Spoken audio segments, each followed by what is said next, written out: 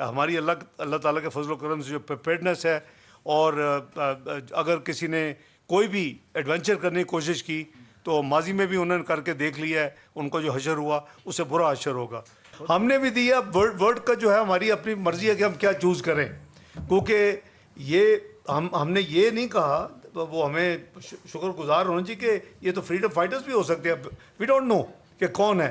तो हमने कोई किसी किस्म की बिल्कुल ऑनेस्टी के साथ स्टेटमेंट दी थी, लेकिन मैं समझता हूँ कि उन्होंने अपनी फेलियर को और अपनी सियासत को जो इंटरनल है और अपने ज़ाती अज़ाइम जो उनके अंदरूनी है उसका हवाला करते हुए एक दफ़ा फिर ये जो इनडायरेक्टली पाकिस्तान की तरफ ये मामले को उसकी तरफ इशारा करने की कोशिश की है। तो अगर उन्होंने इसका जो स्केल जो है ऊपर करना चाहा तो हम तैयार हैं उसके लिए, किसी को शक नहीं होना चाहिए।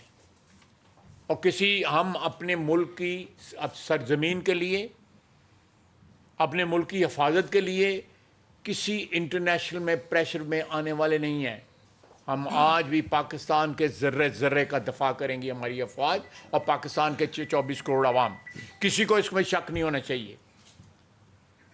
और ये इस किस्म की जा रही है जो इस किस्म पिछले 2 दिन से जो प्रोपेगेंडा चल रहा है, ये इंशाअल्लाह ताला अगर इसको किसी और शक्ल इसने इख्तियार की तो पाकिस्तान की वहादत जो है वो बिल्कुल डिस्प्ले होगी ऑन इंटरनेशनल सीन, और हिंदुस्तान को भी पता लगेगा कि हम किस तरह जवाब दे सकते हैं।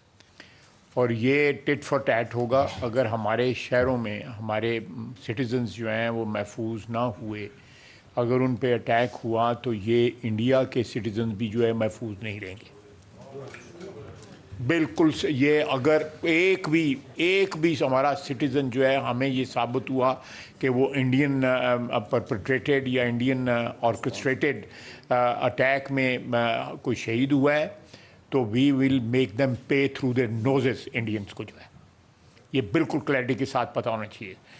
And let me make it very clear कि पाकिस्तान तैयार है उसके लिए, हर वक्त तैयार है, हम वक्त तैयार है।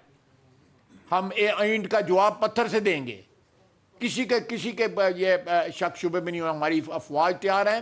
सर्जिकल एयर स्ट्राइक कड़ी का मतलब मैं समझा दूं, आप एयर स्ट्राइक करके अगर एक बिल्डिंग 2 बिल्डिंग को गिरा भी दे, 100-150 आदमी मार भी दो, वो कोई फर्क नहीं पड़ता। जिनको मारोगे वो टेररिस्ट होंगे, वो रिप्लेसेबल हैं।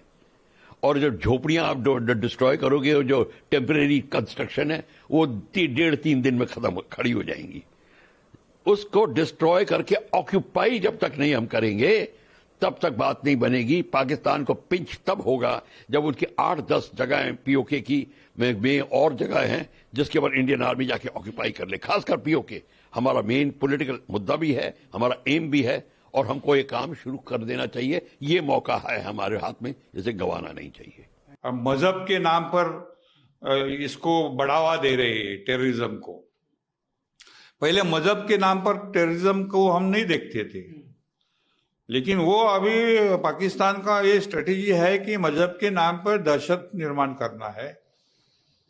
और 370 के बाद ये वायलेंस बढ़ाने का उनका जो टैक्टिक्स है वो है एसेंशियली लोकल एक्टिव सपोर्ट नहीं होगा, लेकिन सपोर्ट है, मतलब चुप बैठते हैं, वो बताते नहीं है कि टेररिस्ट आए इधर।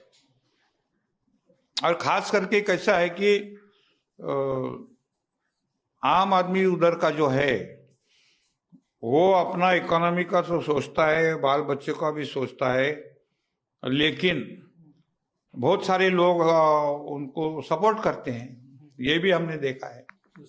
पीओके है, पाकिस्तान ऑक्यूपाइड कश्मीर तो है ही, तो पीओके रहने तक ये मसला तो ऐसे ही रहेगा, इस पर बहुत कुछ कर नहीं सकते।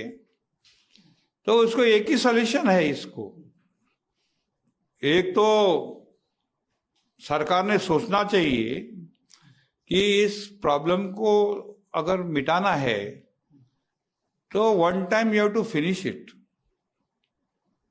चाहे आपको हमला करना होगा, जो भी है, आपको निर्णय लेना पड़ेगा, नहीं तो ये कंटिन्यूअस ये होते रहेगा। कितना भी गवर्नमेंट मदद करेंगी लोगों को, लेकिन अल्टीमेटली ये वायलेंस तो कम करने नहीं देंगे पाकिस्तानी।